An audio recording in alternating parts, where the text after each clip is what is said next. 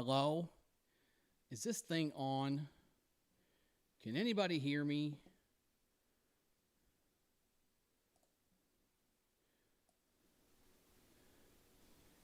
Yeah. I think that is what we're after. Yeah, yeah. Okay. Always taking topics of discussion. Always. Yeah, you hear some nerd, authentic taco. Of course you do. It's me, the BP0.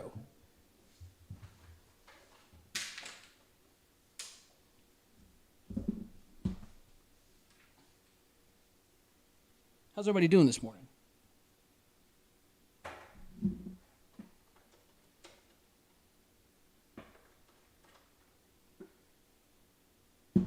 Bear with me here for just a second as we're setting up to do something a little bit different today.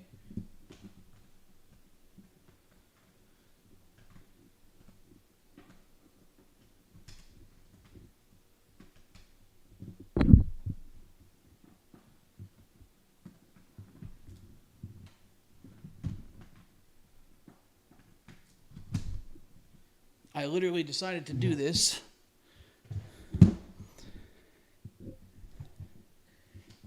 as it was time to go live. So we're going to get it all together here. And it's going to be great. I just know it. I just know it, guys.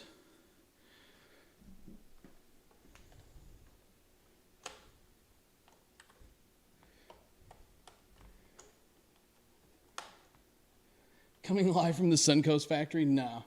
It would be cool to do a podcast from a bat factory, though.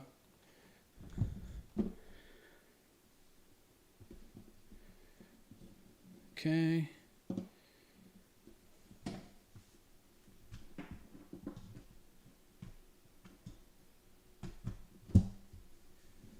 One minute late is not the same as stealing, Geo. Or wherever you would get such an idea.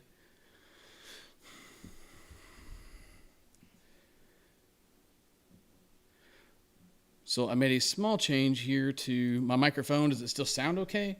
Probably sound a little more echoey, but we're just going to have to deal with that.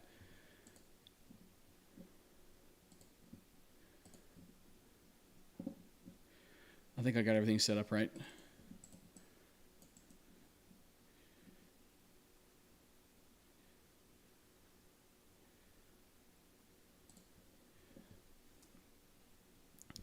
Okay, got the musics. And have no idea what we're about to get ourselves into with this one.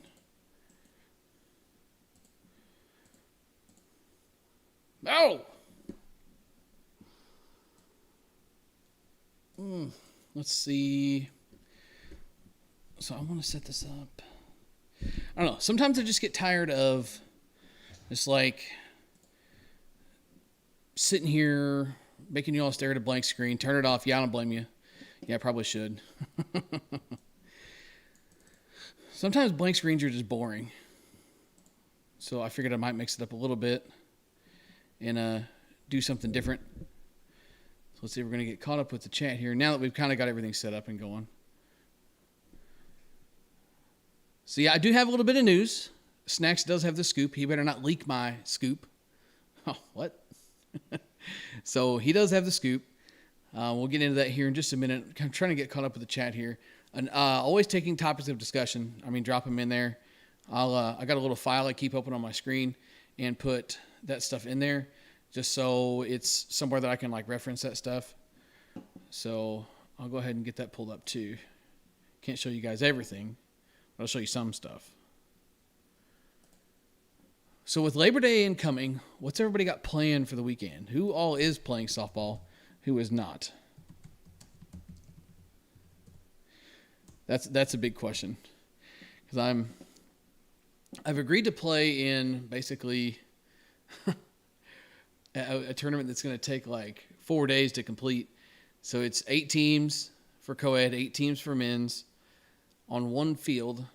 And it starts Friday night and runs through into late Monday afternoon. It's insane. Last year was the first year I played in it, and I was kind of like, this isn't bad. In the more the days went on, I was kind of like, all right, this sucks. I'm not sure I want to do this.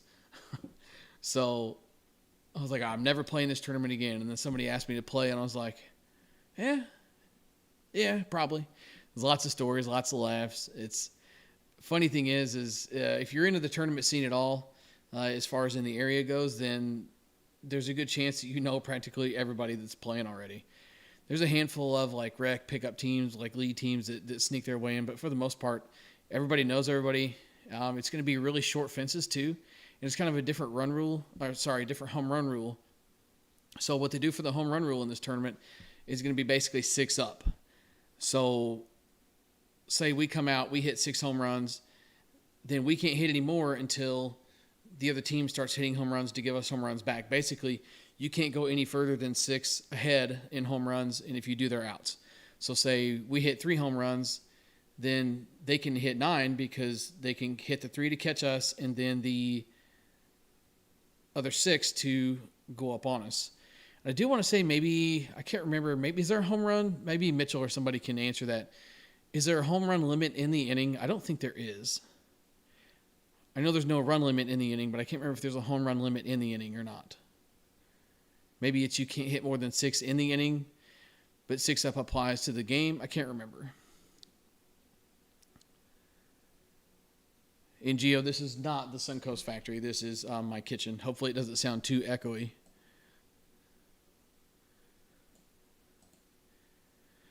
So Authentic Taco, drop your question there if you haven't already. I'm kind of getting caught up with the chat here. As far as your morals thing, Snacks is sore because he had to play the outfield. You know, that sounds like a big problem for you, guy. That's what that sounds like to me.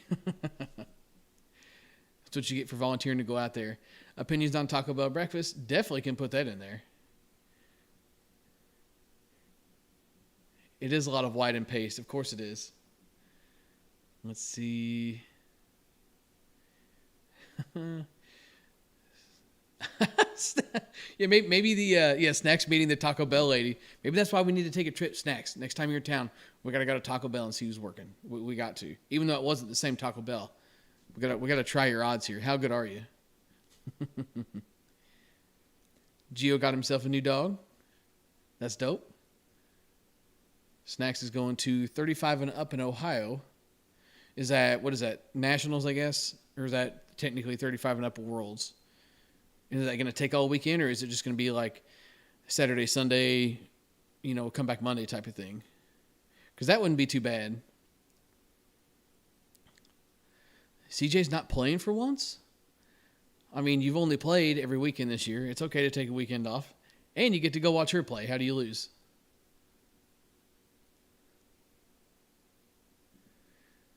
Let's see. So, Inspector, the tournament we have coming up this weekend is going to be basically Missouri's version of ASA. You can swing your ASA bats if you want to, but Missouri's ASA is a little bit different. You can swing a U-Trip bat here as well. There's not going to be any testing or anything like that. It's not a sanctioned tournament, but for the most part, all these smaller tournaments usually play off of the ASA rulebook just to keep things simple. And it'll be basically any bat you want to swing, no seniors, and 52 300 balls.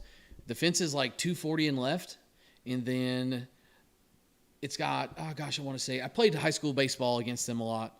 And I want to say, I can't remember, I want to say the fence is about 20 feet tall in left, and then it breaks off and gets to like normal like baseball field depth in center, and then by the time you get back to right field, it is like 250. So the field used to be a men's fast pitch field, if I remember correctly. I think someone told me that, because a lot of the schools in that area used to all have men's fast pitch before they had baseball. And to my understanding, this is one of the schools that had that. And instead of going off and building a new field or making bigger fences, because they can't, because the parking lot to the school backs up to the baseball field, they just decided to make the fence taller in left field. And I guess if you're left-handed, you're a monster when you go to school there.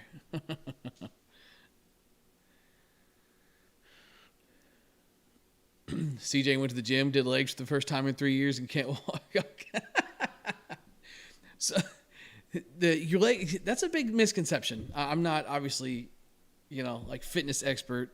But I know, believe it or not, I know my fair share of things when it comes to weightlifting, that kind of thing. Your legs are the biggest muscles in your body, and everybody thinks it's funny, and you don't get a good leg workout in unless you're, walking out with walking like a baby calf or a little giraffe or something, or whatever anybody wants to call it, an uncoordinated tiny animal. So people think you didn't get a good workout if you don't do that, and that's not true. Most of the time, those muscles and legs have been overworked. In the case of CJ, you've done that for the first time in 3 years. Really, all that is just, your muscles not being conditioned, and your legs have some of the biggest muscles in your body. So they carry the weight of your body. They do a lot of things for you. Even when you're sitting down, some of your leg muscles are still working and supporting you and everything else. So those are the biggest muscles in your body. So they're going to be the most sore. So that'll go away. I mean, as you know, just a conditioning thing. Man, my phone is blowing up in my pocket.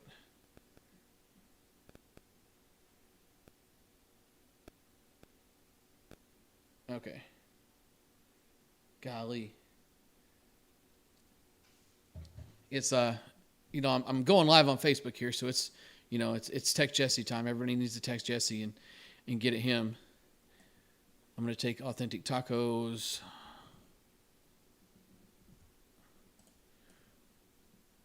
Small excerpt here.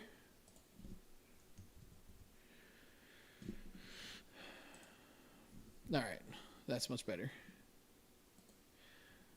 Batflip Bros wants to know, would you prefer a U-Trip bat over an ASA bat with 52s? I've talked about this a lot, and I've stuck to it for a very long time. I just very recently bought an ASA bat to keep in my bag for the first time, and I couldn't tell you how long. And it was honestly more of a nostalgia feel than it was anything. I bought a 2016 flipper, one of the old blue flippers, from my man Brian. He has the original flipper that you've seen in the video that I did the review on however many years ago. That's been 5 years ago now? Something like that. That was his bat, and he still has it. That thing's got to have close to 4,000 swings on it. It is absolutely absurd. He's at Apex Bullets with it. He's at Classic M's with it. He's hit long haul bomber balls with it. I mean, and it's just, dude, it just keeps coming back for more. So he sold it to me on terms that I sell it back to him when I'm done with it, but it's staying in the bag. But even that being said, that bat is an absolute rocket launcher. But 52s at the end of the day rely on how they're hit. Like, yes, if we're talking like a bat that's testing 180 versus a bat that's testing 320, of course there's going to be a difference in performance to an extent, but the difference in performance is going to be a lot smaller than it would be otherwise if it were something that, like if you're hitting a hard ball. If you're hitting a hard ball, the difference will be extremely noticeable as to where if when you're hitting a 52, that gap really closes because the ball depends on how it's hit. The ball does the work for you, so the bat doesn't have to. In all of that being said, I swing U-Trip bats in ASA play around here. The only reason I bought the ASA bat is for the nostalgia reasons. I did use it at ASA State, however long ago that's been, 3 weeks ago, whatever. But that was only because I was tired. I'd been up all night, and the flipper is obviously going to swing a little way smoother than a D2E Psycho. But a lot of people swing their U-Trip bats. I have for years. Swing what you're comfortable with. Like if you play primarily U-Trip, and you keep an ASA bat in your bag that, somebody told you to buy this bat because it's hot, that kind of thing, and you get it out and hit ASA and don't do well with it, and you can swing a U-Trip bat, go back to your U-Trip bat, and it'll be just like, be like nothing ever happened. Moral of the story is swing the same bat everywhere you can. And that's another big thing that eventually I'm going to get around to posting like some tips and things like that for people to kind of apply to their game. And one of the big things is buying a bat and sticking to it and sticking with bats close to those specs. Like if my gamer is a 12-inch barrel with a full ounce of inload and my BP bat is something that's balanced with a great big barrel, it's like two different bats. You need to try and apply your BP swings to your game swings, and it's going to be hard to do that if you're swinging one bat in BP that lets you do certain things and you get into a game swinging something completely different. Always try and stay within the same realm of specs. I know some guys can get away with swinging whatever you put in their hands. Our friend Dustin Ray is very much one of those people. So, it's, some people are just built different, he likes to say.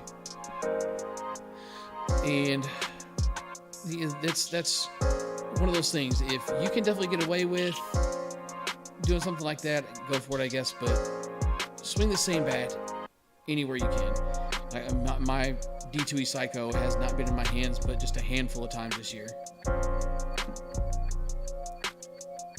Man, y'all are busy in here. Oh, what's up with the Cadillac? Okay, so get this. This was absolutely crazy. For those that don't know, maybe you weren't here last week, I hit a deer on the way to work the other night, and I got the estimate back from the body shop.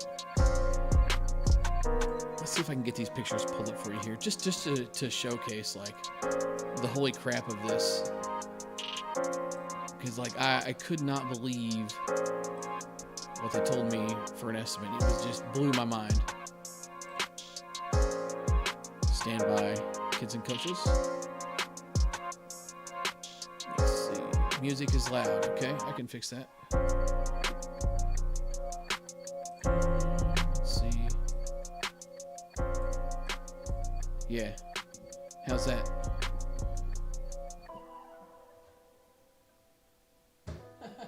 He says SOS, too loud, turn it down, turn the music down. So I can't have my phone too close to me or it kind of interferes with the wires to my microphone.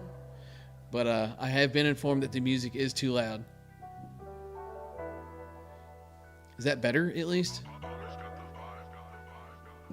Golly. I didn't realize it was that loud. I thought I had it turned down enough.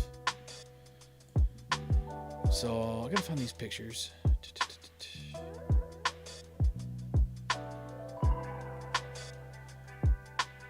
Basically the gist of it is right here.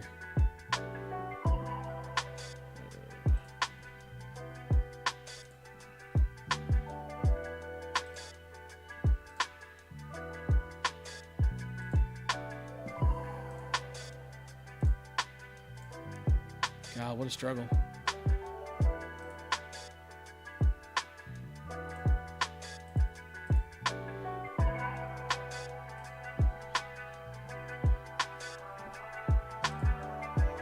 Okay, I did it. Here we go. So, still a little loud. Golly, what is up with that? It must be. I changed, so I just like grabbed everything off the counter or off the desk and ran in here. My computer's running on battery power right now. So everything was all jumbled around. But anyway, this is the gist of what happened with the car. Hit a deer on the way to work, and $6,300 worth of damage in this picture. $6,300. That's insane.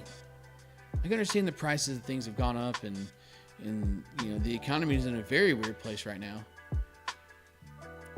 But holy cow! Like, I was half tempted to just fix it myself. I have a fairly decent automotive background. My dad was a mechanic since he was a kid, so I grew up around all that stuff. He was self-employed, worked in a mechanic shop for years, spent so many summers up there, and just being around cars my entire life, I felt very savvy in the aspect that I could fix this, thinking, hood, fender, bumper, and a headlight. And I saw that the core support was tweaked a little bit right through here. And if my dad still had a shop, my dad is retired now, but if he still had a shop, I felt confident in the fact that like I could pull that core support out a little bit and get it to where it needed to be. But he doesn't have a shop. I wasn't sure what he had around for tools and what I was going to be able to get my hands on to get that straightened out. Because if you don't straighten that core support out, then every body line through here is going to be off. Your fender's going to be off. Your hood's going to be off. Your grill's going to be off. Your headlights won't line up right. So I did go ahead and take it to the body shop thinking like, it's going to be $1,500 worth of stuff. No, $6,300. That's just wild. I guess it got the core support more than what we thought. And Also smashed the power steering cooler, cracked the AC condenser. Headlights were $300 something a piece. But my insurance company's got to be ready to just like kill me, because that is almost $12,000 that they've spent fixing this car in the last 6 months, from the semi-tire incident that I also had, where I hit a semi-tire laying in the middle of the road at night, came over the crest of a hill, and the semi-tire was like right here laying in the road with like the wheel still inside. It was like hub side up, and it just like demolished the bottom side of my car. So that was close to $6,000 in damage. And then this adventure too, they spent more fixing this car than what I paid for it. It's just crazy. But that's the status with the car. I got me a Ford Fusion for a rental ride. It's not too bad. I don't mind it. I've never been a Ford guy, but Ford has been growing on me the last few years, and I do enjoy this car. It's got Apple CarPlay. That's always a big plus. Gotta have the Apple CarPlay. That's a big game changer. My car doesn't have it, and I wish it did. I so wish it did. So any chance I can get to use that stuff, I'm going to. So it is kind of nice, and it gets way better mileage than my car does. That car, the CTS is a small car. You would think like, oh, it's efficient. It has good fuel economy. It's got a 3.0 liter V6. You're thinking like, oh yeah, it'll do good on gas. It gets like 24 on the highway. Those things are heavy. That car curb weight is almost 4,600 pounds, I want to say. That's just insane. So at a slower speed, I'm driving, basically 4-lane highways everywhere I go, and it gets like 24 on the highway. This Fusion they gave me gets 34. So the body shop called and said, hey, here's the estimate, whatever else. We can order the parts, but it's probably going to be a while until we can get to your car. I was like, listen, hey, take your time. Take your time. Because the longer that I have this car, more money in my pocket. So she kind of chuckled at it. It was funny. But so that's the status with all that. We'll see what happens. My wife is like, that car is cursed. You need to get rid of that car. So, well, I mean, I wouldn't hate buying a new car, but I really like my car. But everybody likes buying a new car, right?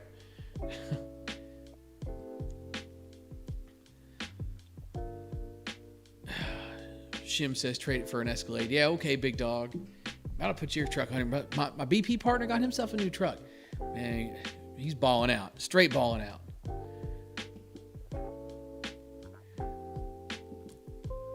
So, Gio, my rates actually went up from the semi-tire deal because they claimed it was a stationary object. It's a black tire in the middle of the road over the crest of a hill on the highway at night.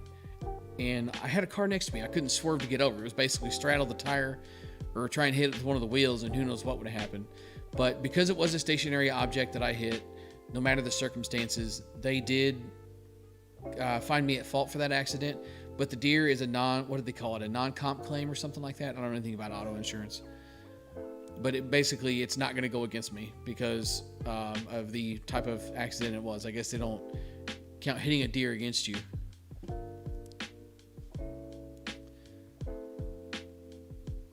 Let's see. Man, y'all are busy in this chat this morning.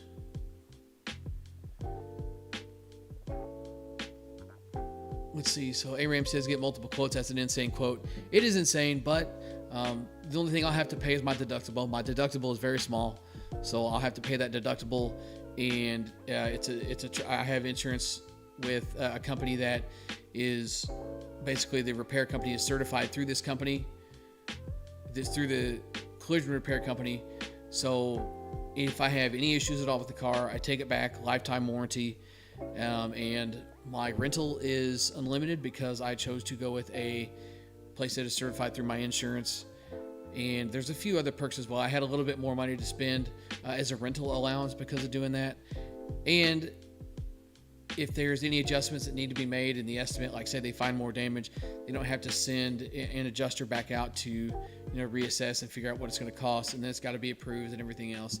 I can just drop the car off, say call me when it's done. The deductible costs me no different, so it is what it is. But half of that is, I think it was close to 3,000 of it was parts, and I know parts availability is a little bit hard to come by right now. So that played a little bit of a factor into it, and screwed myself on this one. But being a Cadillac, things are a little bit more expensive. So that was kind of the other issue with that.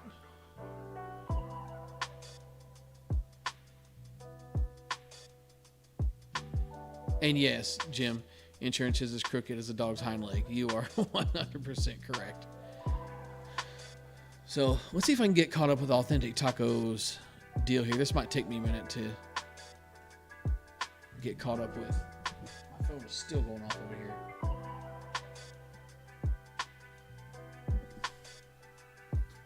Man, ain't no booger hanging out of my nose. What are you talking about? Ain't no booger. I'm just ugly.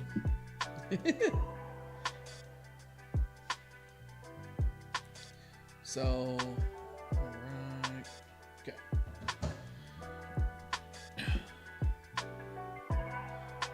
So he says, turn this down.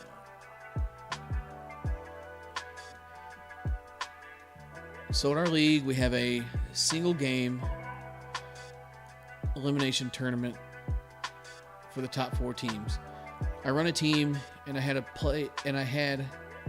a paid player only play 4 of the regular scheduled 10 games, which left me to fill a spot.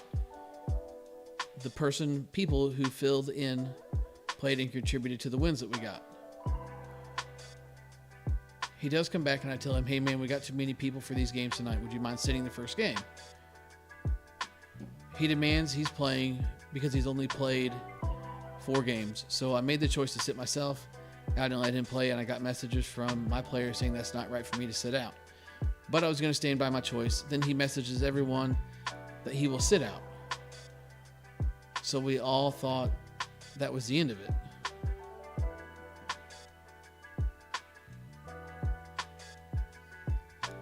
I think there's more to the story here.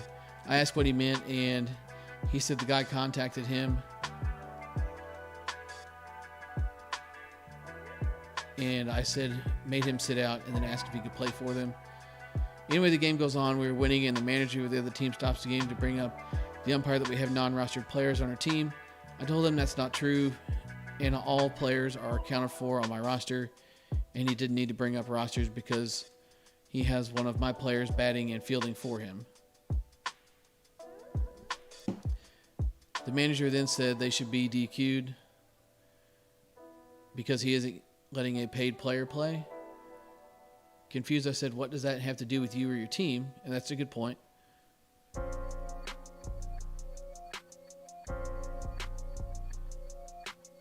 I didn't see anything else after that little meeting during the game to him. Anyway, we won the championship, and I had a player leave due to kids, so I have one more batting space available. So the dude who started the drama showed up with our jersey ready to play. So I don't know where I'm going with all this. Was I wrong to ask him to sit? However, the team voted him out, basically. So that's a tough one. What I would probably do in that situation, honestly, is like you got to stop and kind of assess for, from a moral standpoint here, like you were saying, because why did he miss? Was it because, he can tell you one thing and it might be a complete other. Trust me, running enough softball teams, you've heard just about every story there is to hear. But the one thing I would take away from this is, why did he say that he was missing? Was it because of work? Was it because of his kids? Was it because somebody was sick? Was it a legitimate excuse, basically, I guess? If this guy's just going through it and he's got crap going on, then, you maybe try and slide him back into the lineup. But if he's just one of those guys that's super flaky, it's like an hour before game time and he's bailing out, then sorry, man. You got to be more reliable. Yeah, you paid to play and everything else. And plus, this guy's argument of, he paid to play and he's not playing. What's that got to do with the other team and their roster and their coach and everything else? It has nothing to do with any of it. But at the end of the day, you got to do what you feel is right. I admire the fact that you wanted to sit yourself so somebody else could play. I actually had that happen to me. I actually screwed up one time and accidentally asked 12 players to play in a tournament and had no clue until I'd put the group together, and I'm adding people to the group, to the group message, and I realized like, oh damn, like I've got 12 people here.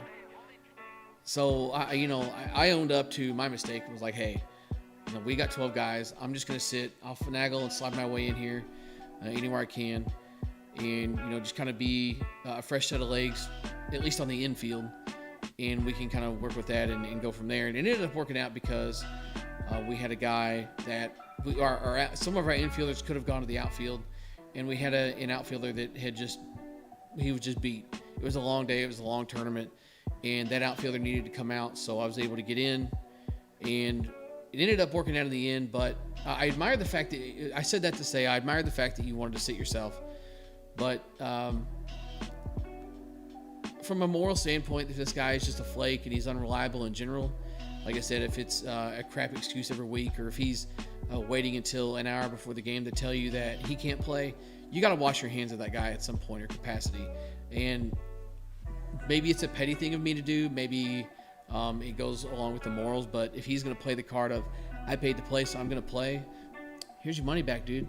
Take your money. Adios. And we're going to roll on without you.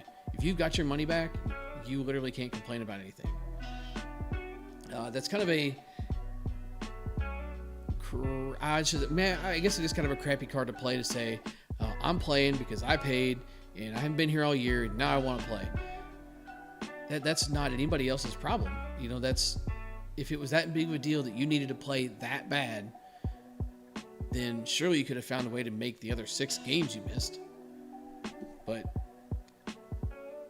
if it's me, honestly, just from a player reliability standpoint, unless it's some damn good excuses for missing 6 games, dude, you can sit and work your way in. I'll have the spot for you. I can work you in, but I'm not going to guarantee anything, is basically what I would tell him.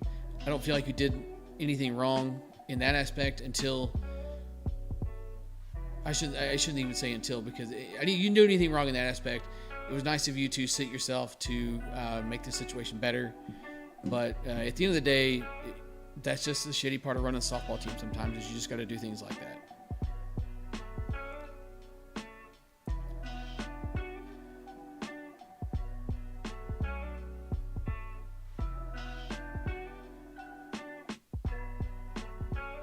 Let's see.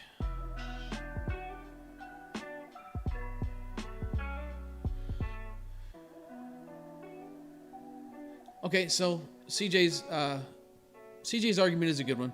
As CJ said, it's league. If somebody paid to play, then they should play regardless of how many times they were able to make it throughout the year. Move on from him in the next session if he's not reliable. That's a very good point as well.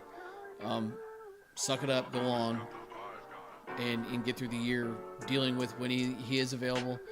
And then when you start the next session, you've just got to bear in mind, like, hey, look, tell this dude this is how it's going to have to be. I don't hate that idea either.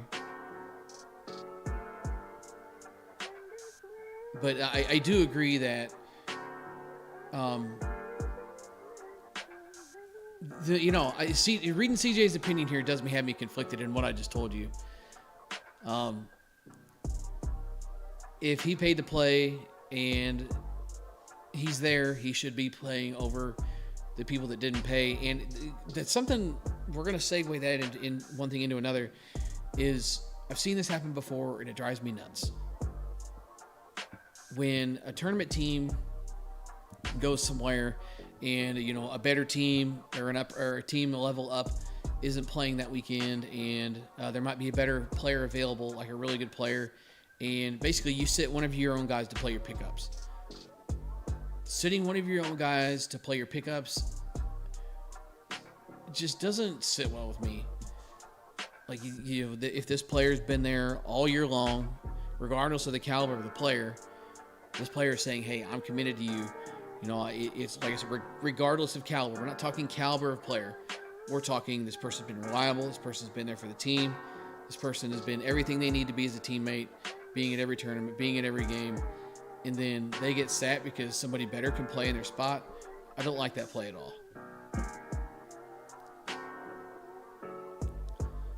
But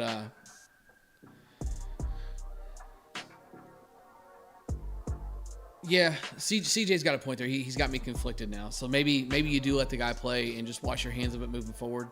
And the other side of that too is,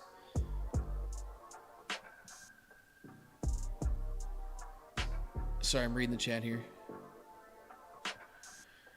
And the other side of that too is I'm trying to choose the right words here. Sometimes when you're live and you're doing stuff like this, one, you can't make changes, like you can't go back and edit things out, and two, you have to choose your words wisely. Because it's very easy to rewind and snip if you say something stupid, or you say something maybe out of line, or you know, say something that somebody might feel like it was an inadvertent jab at them.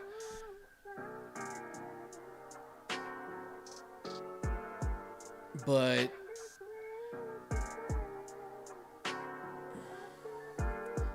it's one of those deals where basically dude shows up and hasn't been there all year. You pick this guy up to play in his spot because he hasn't been showing up. And you kind of got to look at this guy that's been playing in his spot and just say, look, man, sorry. Like, it makes you the bad guy.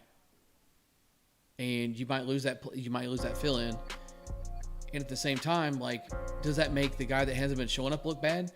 Because, like, now that he wants to show up, now that it's playoff time, you know, maybe did he only want to show up? Oh, it's important games. I got to be there. I got to go. You know, I'll make sure I'm there. I mean, why not be there for the rest of them? That's kind of a weird thing to do, to show up at the very end of the year just because it's playoff time. Like, the rest of the games didn't matter, but now that there's something on the line, you want to show up. I don't agree with that. So if that's a deciding factor in this player's decision, that's also kind of sketch as well.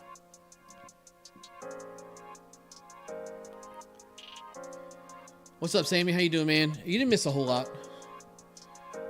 We're just sitting here chatting. I'm actually getting ready to... Mike wants to know if the hat is a mesh back. So yeah, it's just like the other BP Hero hats. It's a Pacific 404M. That's the only hat that touches this head, is a Pacific 404M. There should never be another hat ever made, ever again.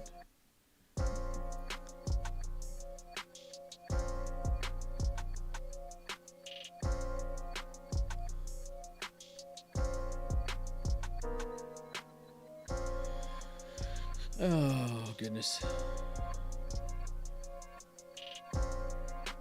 Yeah, Snacks, you are right. It's hard to speculate and comment as an outside party. It's definitely too complicated. Yeah, and that's why, like, I kind of tried to, like, tiptoe around my words there, because it does get tricky when you get to weighing in on situations you don't know a lot about. But sometimes that's also a good thing. You know, when you go to ask for advice when it comes to a certain situation, or maybe you're dealing with something in life or whatever else, if you go ask somebody that's familiar with the people or the situation, they're going to have a biased opinion because they have developed their own opinion of the people or the situation. So asking somebody that's familiar with everything about it isn't necessarily the right place sometimes. So it's good to have a neutral party, but you got to provide neutral party with all the details. And even then, you may not even get the answer you're looking for, or a good one. Like, I'm not sure in the grand scheme of things that I gave a good answer to that. After reading CJ's response, I kind of conflicted myself. But you know what? That's what we're here for, is weighing in. Everybody in the chat's giving opinions too. So we need to talk about something.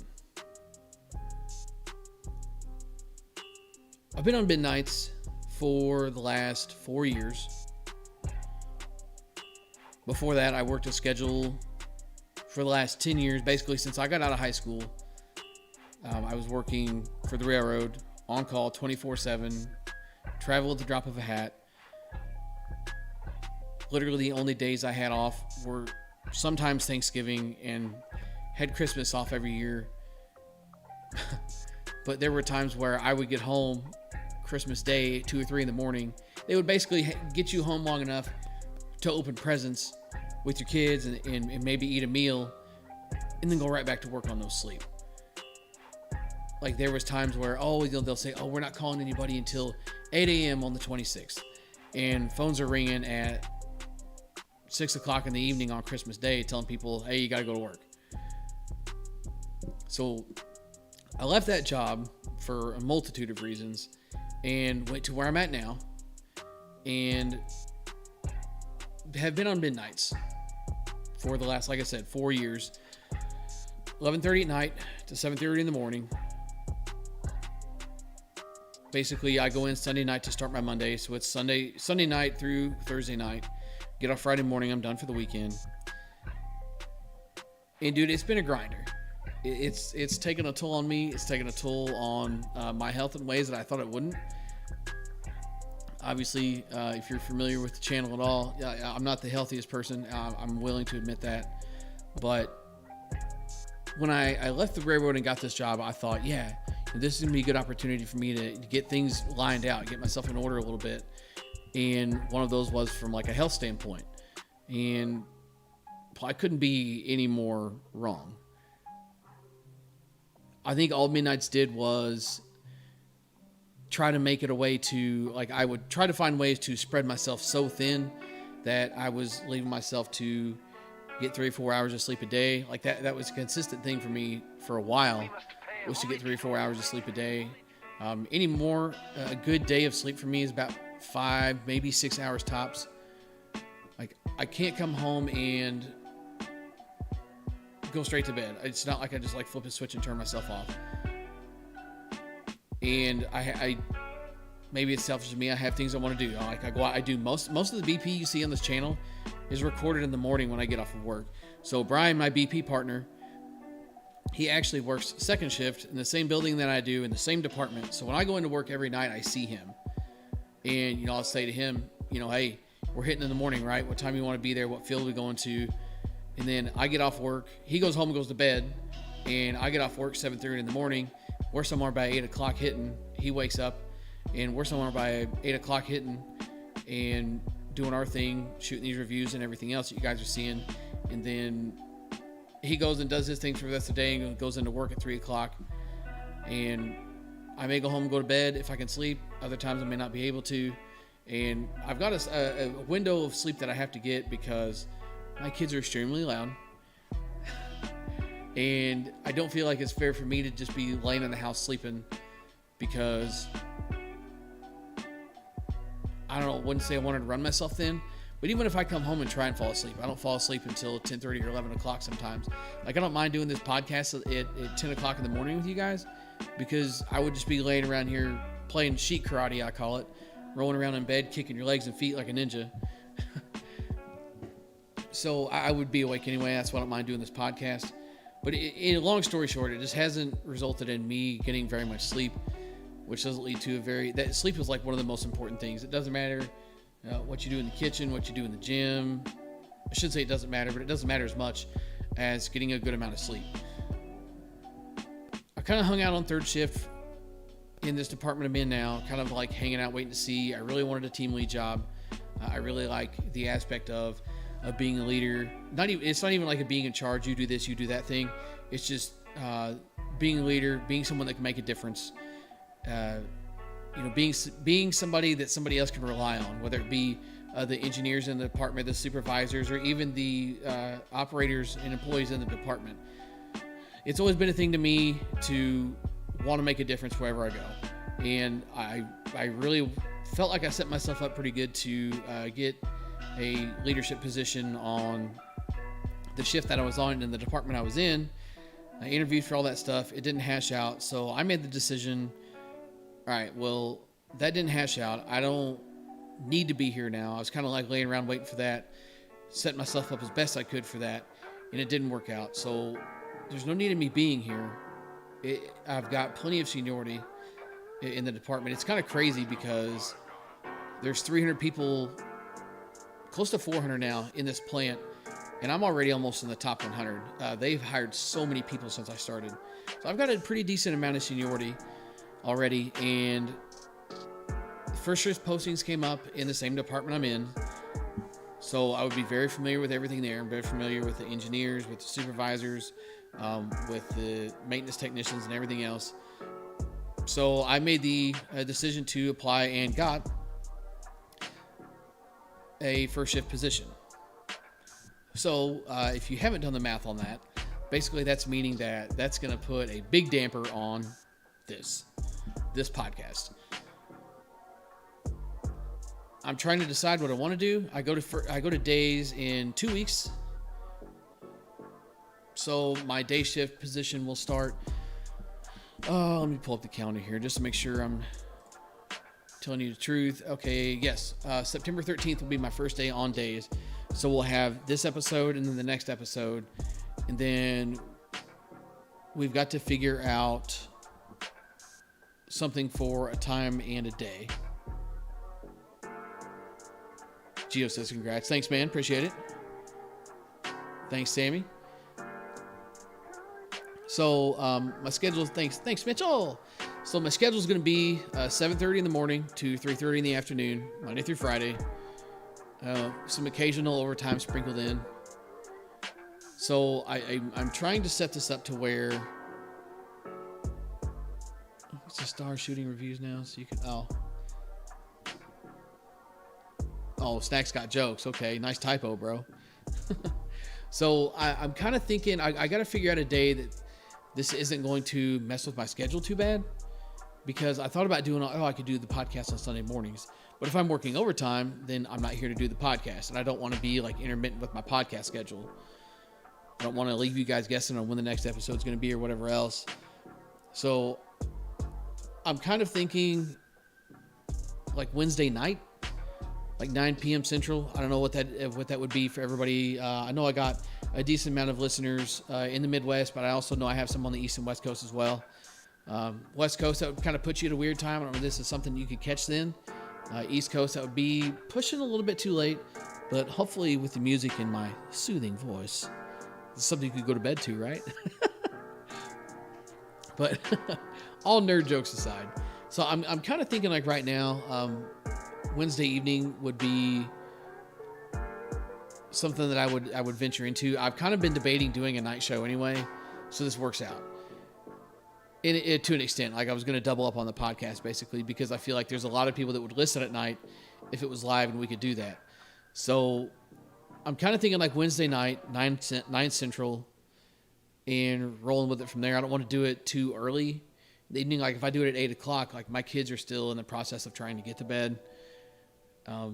My oldest goes to bed at 9, and usually he's pretty squared away by 9 o'clock, so everything should be good there. So I'm thinking Wednesday night, 9 o'clock, because that's the house is settled, everybody's done doing their thing. I can podcast for an hour, hang out with the wife for a little bit, and then go to bed and sleep like a normal human being, and have a regular schedule for the first time in my working career after being out of school. Like it's kind of surreal to think about, but I'm really looking forward to it. I like midnights. I like some of the freedoms that it gives. I like the inconveniences. Like it's so nice I can get off work at 7:30 in the morning and go straight to Sam's Club. There's not a soul in there besides a bunch of old people. The same thing. I can go to Walmart. I can go anywhere downtown. I can do just about anything without fighting a crowd. I can schedule appointments. You know, like my son's getting braces and he's got all these appointments he's going to have to go to. And it was really convenient for that. But there's something that's going to be a big benefit to me as far as making sure the kids get to their appointments and schedules that I can't leak quite yet. It's nothing that's going to change anything for me or anybody on the channel. Just got some family members that are going to be doing some different things here soon with their working careers. So it's all going to work out. I just need to figure out what day is going to be the best. And unless somebody has, other people saying congratulations, thank you. Unless somebody else has suggestions, that's kind of what I'm thinking. Like the middle of the week seems to work good because we can kind of recap what happened from the weekend before and then kind of what's going on into the weekend. As opposed to like if I do it on a Monday, it's going to be, I don't know what I'm doing this weekend because it's only Monday. I like the middle of the week because like you can recap on the weekend and talk about what's coming up. Wednesday's hump day. It's right in the middle of the week. So I like the middle of the week. I think I'm going to stick with that. Adam, I can't do Thursday nights. So softball league is on Thursday nights, and that will cause a little bit of a conflict of schedule there. So I can't do Thursdays. I could even do, I guess I could do Monday or Tuesday. Like I said, I like the middle of the week because you can talk about what happened and what's coming up, as opposed to, like there's a lot of times Monday I may not be playing softball anywhere yet, and by Wednesday or Thursday I'm committed to drive 2 hours to go play softball somewhere. Gio, I'm just a production worker. I'm working on the line. I'm working in a factory, and there's nothing really elaborate to it. Just doing assembly stuff. You guys in your league on Wednesday.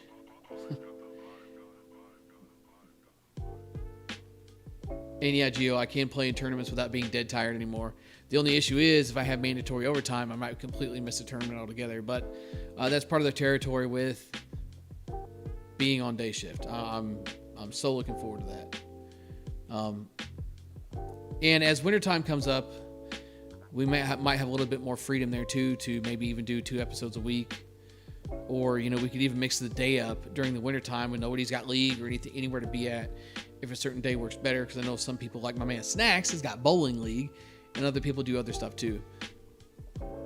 And kind of the second idea that I'm throwing around, I need some input from you guys. I'm going to put a poll up here on the channel in a couple of days, just to kind of get everybody's feel on it and see what they think.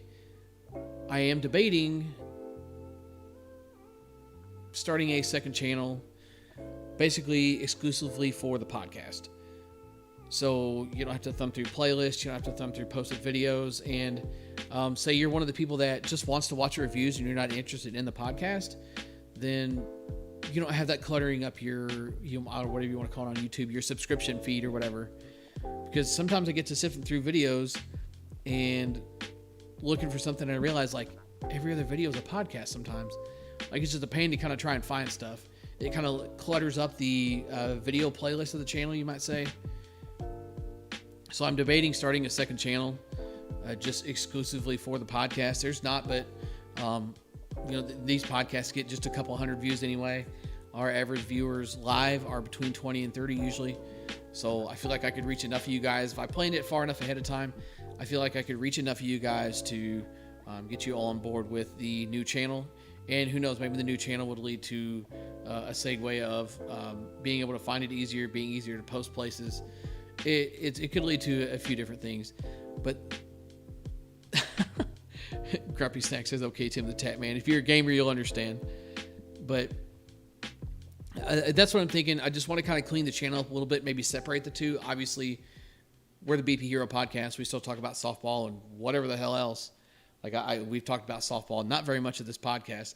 And that's kind of one of the things that I enjoy as well, is the fact that we can just sit here and talk about whatever. You guys in the chat are always going on about who knows what. And the other thing I like about doing the podcast in the evenings is the freedom of adding guests.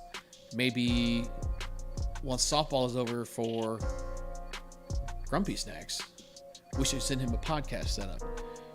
Get him a microphone and a headset. You know what?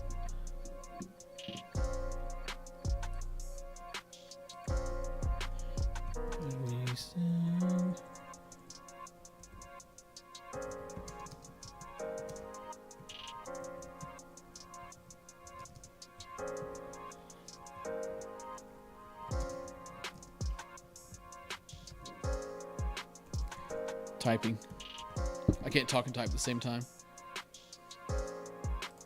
Haha.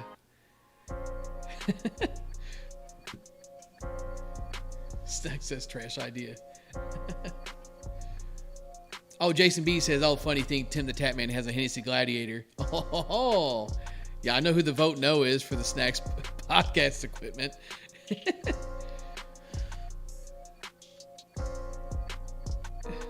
Yeah, well, he might drive a Hennessy Gladiator, but I will not be anytime soon.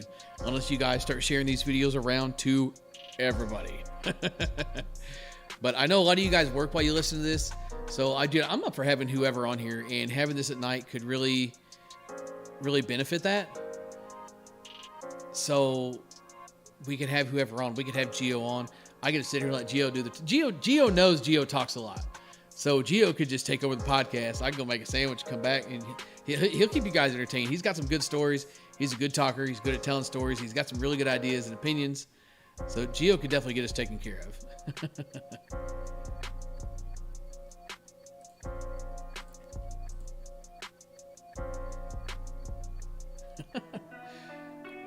So that's kind of where I'm at with things.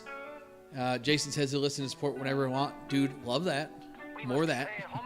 So that's kind of what we're thinking as far as podcasting in the near future goes. We got this episode and then the next one. And then we're going to maybe move to the evening show. I also don't hate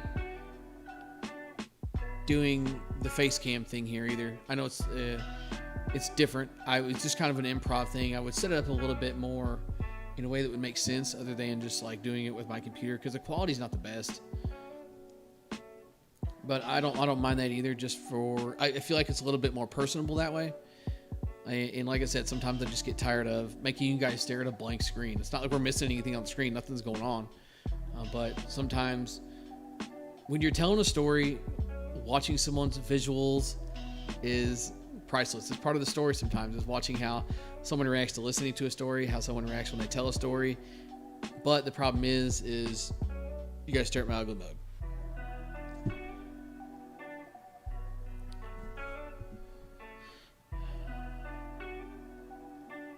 So let's see, catching up here. Adam said he liked the Proton reviews. Yeah, so that's going to be pretty cool. I'll have some news on the Proton stuff coming soon. They have reached out and going to send me a little care package. So that's going to be pretty cool. I'll be able to swing some stuff. They informed me that they have made some revisions to a couple of the bats that I've swung, and some new paint schemes as well, and inloads. Everybody knows I prefer inloads. So I've always take the opportunity to swing a balanced and an inloaded version of something. So they're going to send me a handful of stuff to get some more content in on that. Looking forward to that. Charles seems like a pretty cool dude.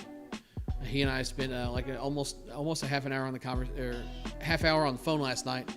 I've actually debated seeing if he would be interested in coming on. He sounds like he's a pretty busy guy during the day, but I thought it would be kind of cool to maybe have him on here as well. Just you've got to try to get to know more people in the softball community, and who better to talk to than someone with an up and coming bat company.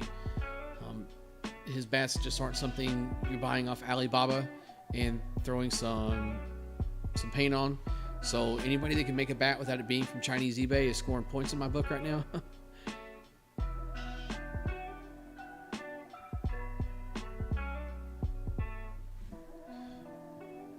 So let's see. Thoughts about mic and outsourcing? Dude, are you referring to them making their stuff overseas now? Is that what you're talking about? Basically, they're going to be assembling overseas. I'm assuming that's what you're referring to. That's kind of the thing that is a gray area. So many people say, "Oh, this bat's made in America." You know, it's got the "Made in USA" stamp on it, but where did those parts come from? They came from China. Guarantee you, 99% of the composites that they put in those bats are coming from overseas. It's just facts. It really is. Could be they're making the whole thing overseas. Could be they're making the shells overseas. Could be they're making everything overseas and putting it together here, which I definitely think is the case. But it's just there's no getting out of foreign suppliers supplying our manufacturing. It's just a fact when it comes to things like that. So I mean, it's really I don't like to say it's whatever, but it kind of is in that situation, in my opinion anyway. Of course, I'm not real big on politics and foreign affairs and trades, and you know, the war in Afghanistan is a crazy thing. on a multitude of levels. Everybody's got their own opinion of that. Here's my thing with politics and stuff like that. Everybody's got their own opinion, and you give your opinion and somebody doesn't agree, you're not going to change someone's mind. You've made up your mind how you think it should be and how it is. And if somebody tries to tell you otherwise, you're not going to agree. Then you end up arguing, and things just get out of hand. That's why I can't stand talking politics. Like during the election and during the presidential race, for the last 2 or 3 presidential races for that matter, you really get to people to show their true colors, and you go ahead and start clicking around on the delete buttons on the old Facebook and taking care of some things pretty quick.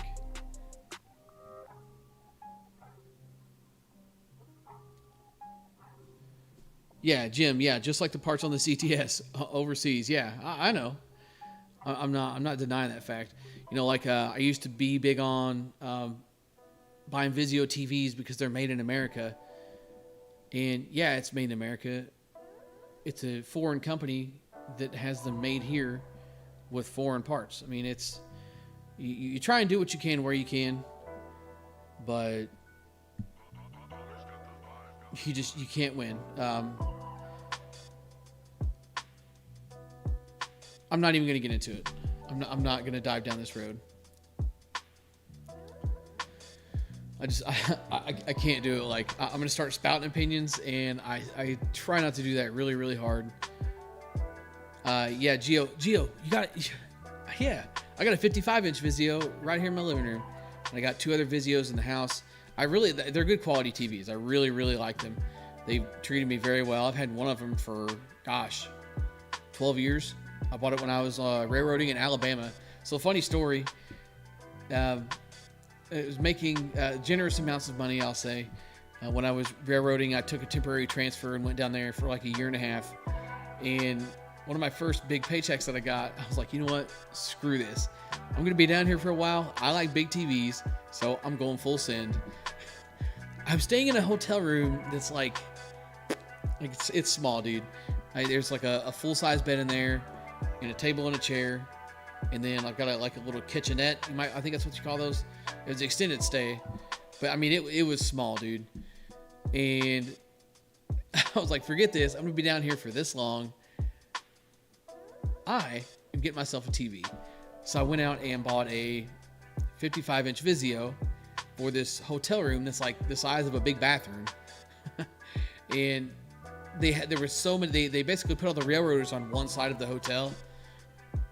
So, you know, we could all kind of interact and mingle without just disrupting a lot of things. And it was funny because if there was enough of us there and, you know, if the schedules worked out right, we would just prop our door open. Prop the hotel door open. So, you know, people would kind of come and go and mingle as they please. And a lot of our off days would line up sometimes. So, you know, it's like literally just walking down the street and see your neighbor outside. It was the same thing, but it was with hotel room doors. And some of the reactions of people when they would walk by, holy cow, that's a huge TV. I mean, it's a 55-inch TV. It's not humongous, but it looked ridiculous in my hotel room because it took the place of a 20-inch TV or whatever it was. It was hilarious to see people's reaction and walk by, and some guy stopped and he said, how much extra does that cost? Will they bring me one of those? I was like, bro, I don't know. It's funny, but I do love my Vizios, and I love you guys. But we've hit that hour mark, and it's time to go. Even though I was a minute late, Gio, I made up for that minute. I'm actually 4 minutes over now. Does that mean the next podcast can be 56 minutes?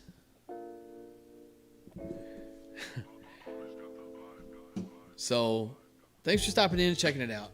We'll discuss this podcast situation more next week. I'm going to do some more kind of throwing things around.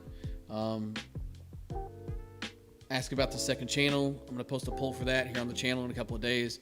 Kind of keep your eyes peeled for that. So that's it for the podcast. Thanks for stopping in and checking it out. I hope you enjoyed it. Sweetheart, in case you hit it, and BP Hero. Catch you next time.